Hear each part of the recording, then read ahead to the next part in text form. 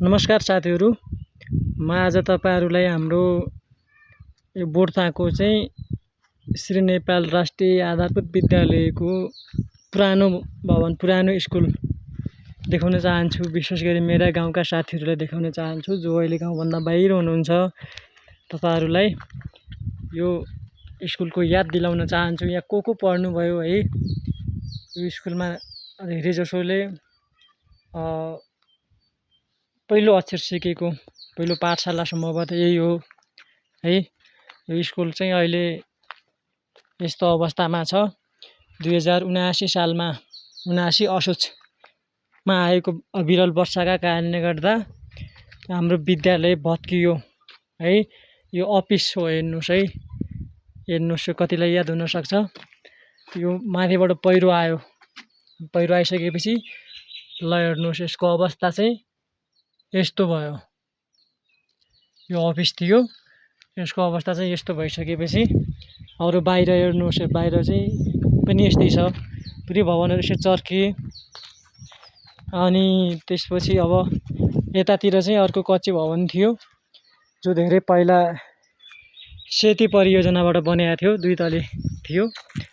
त्यो चाहिँ के भन्छ भत्काइयो र यो नयाँ बन्यो। तर यो प्रयोगमा आउन नपाइकन फेरि 79 सालको असोजमै आएको बाढीको कारणले गर्दा माथिबाट भत्क्यो। भत्किसकेपछि यहाँ स्कुल रहने अवस्था देखिएन। नदेखिएपछि स्कुल चाहिँ अहिले अब अन्त सरेको छ नयाँ ठाउँ माथि लुवासुर मन्दिर माथि छ, त्यो सबैले थाहा छ।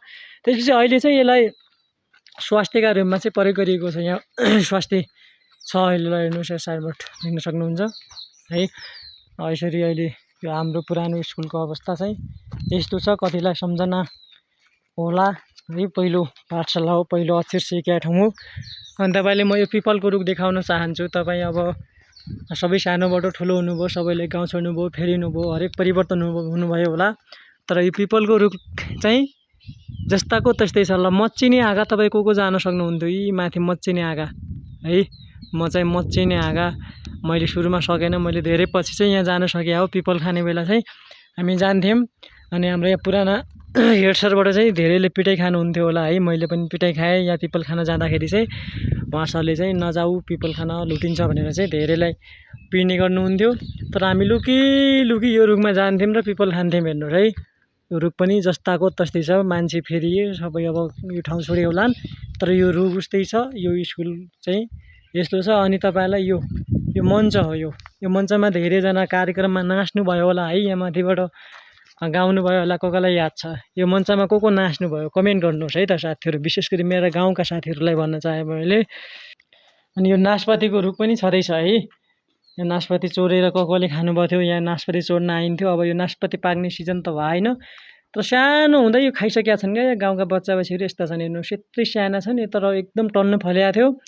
यो सब खाइसकेका छन्। अब यहाँ कोही छैन, अब नखाऊ भन्ने कोही छैन। फल्न नपाकै यसलाई चोरेर बच्चा बच्चीहरुले खाइहाले। ल है, स्कुलको अवस्था अब पुरानो स्कुल यस्तो छ।